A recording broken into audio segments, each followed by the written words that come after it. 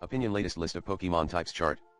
A Pokemon type chart is a table that shows the strengths and weaknesses of each Pokemon type in relation to other types. It can help you decide which Pokemon and moves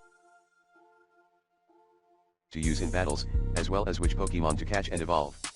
There are 18 Pokemon types, each with different advantages and disadvantages.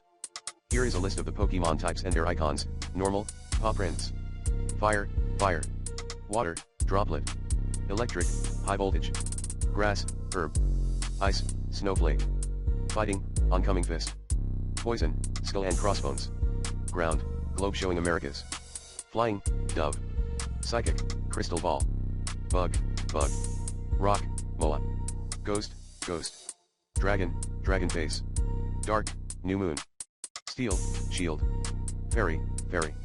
You can also find the full Pokemon type chart from the web search results. The chart shows how effective each type is against each other type, using the following symbols. Credit, Wikipedia at https://en.m.wikipedia.org/wiki/file:/Pokemon_type_chart.svg. 0, no effect, 0% damage. 1/2, not very effective, 50% damage. 1, normal, 100% damage. 2, super effective, 200% damage.